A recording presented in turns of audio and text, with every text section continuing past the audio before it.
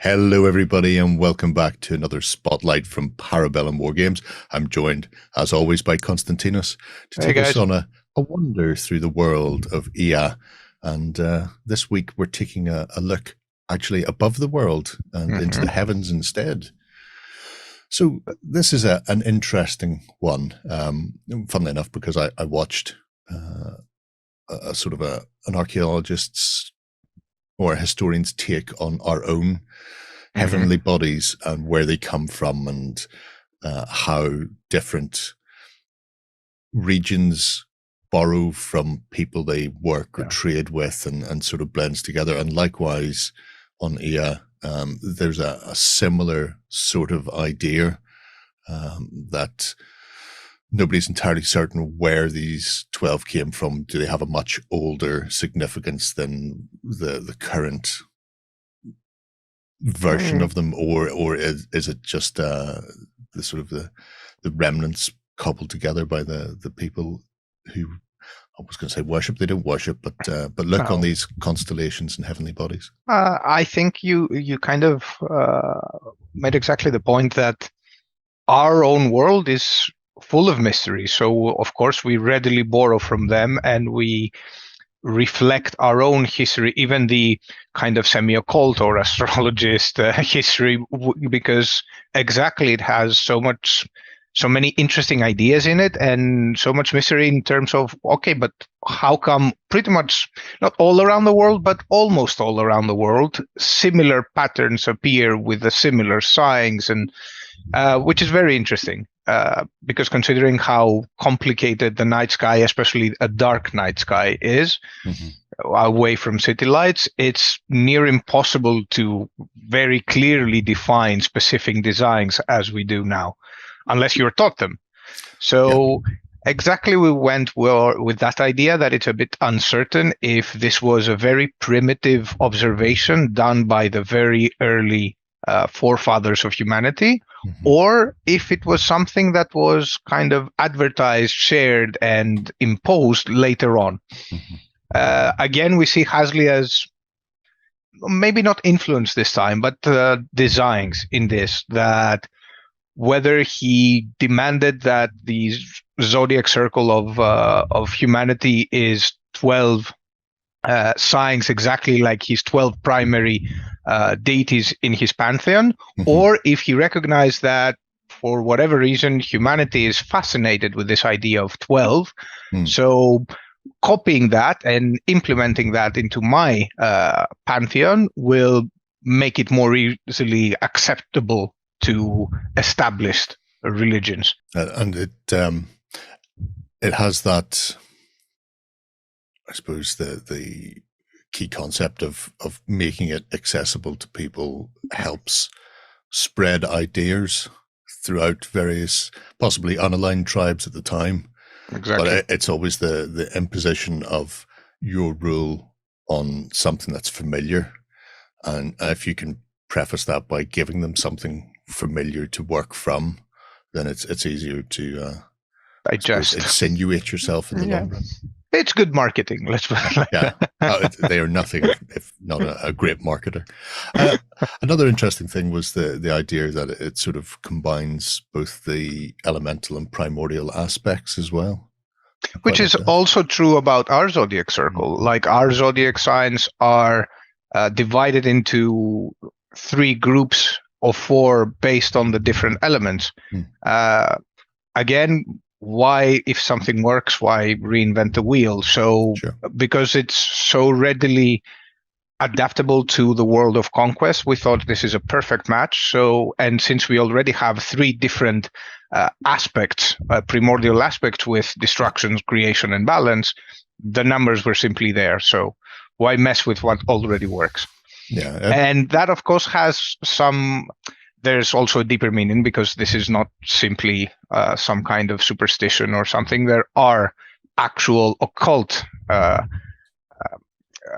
sides to Practitioners. this. Yes, Yeah. exactly. That recognize the influence of said elements and said primordials through the signs, which also implies about what we were talking later that there is something stable there that humanity simply observed. Yeah, that was an interesting one because it touches on the chapters and astromancy from both the point of view of something that actually exists and is real to a certain extent within the world, and the practitioners know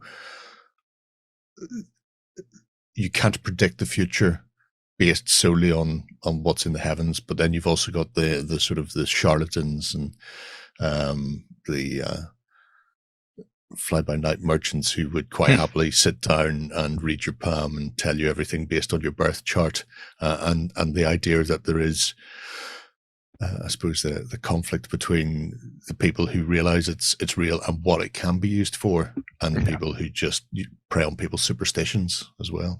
I think the key is something that is mentioned in the spotlight, that the theory of astromancy can be understood by anyone.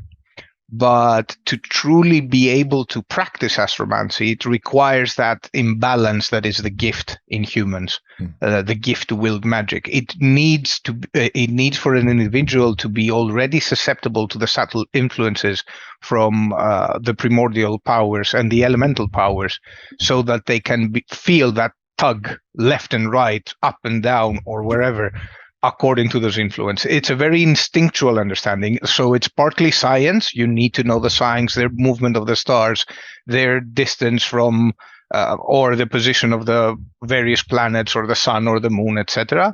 But this goes on to go into a kind of superhuman sense that needs to complement that to get some actual understanding of astromancy. There was one little part right at the end of the spotlight that caught my eye, and it was the discussion about not just the stars in the sky, which form the sort of the further layer of the heavens, but a much closer layer around the world of Ea, which is the veil.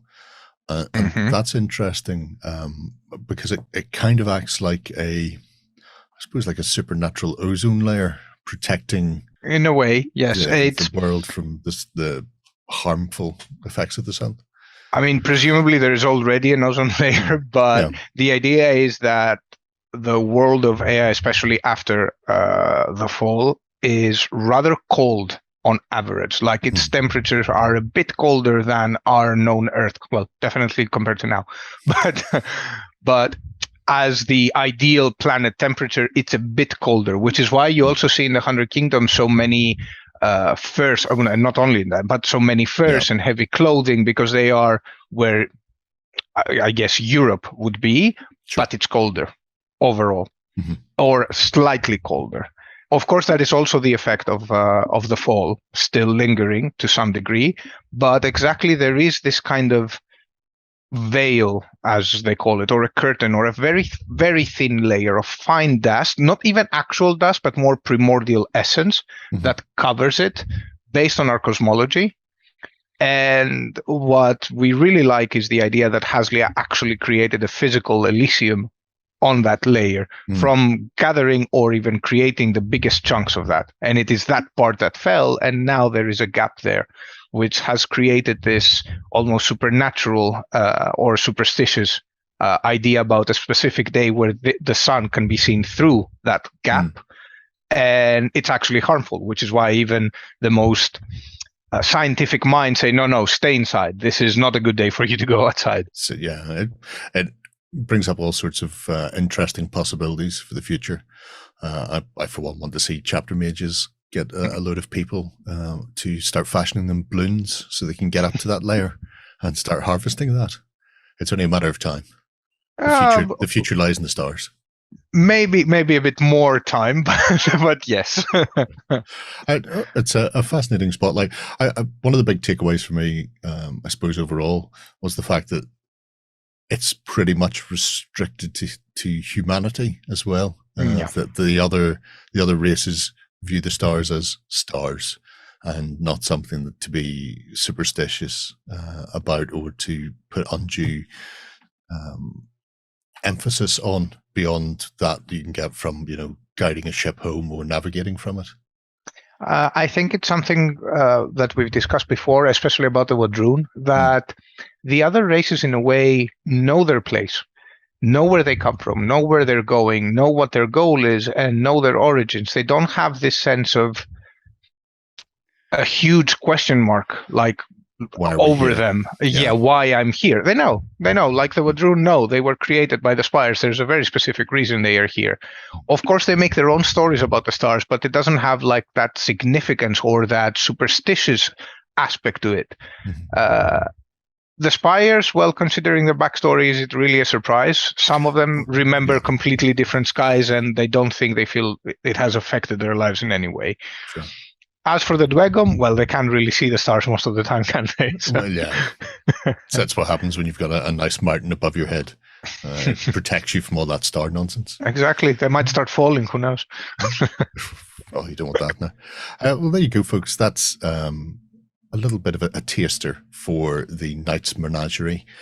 You can go and have a look at the full spotlight over on Para Bellum Wargames website right now and let us know what you think below. Until next time, thank you very much. Go ahead and check out our other content on screen now. And while you're at it, why not hit subscribe and remember to ding our dong. Go on, you know you want to click it. Go on.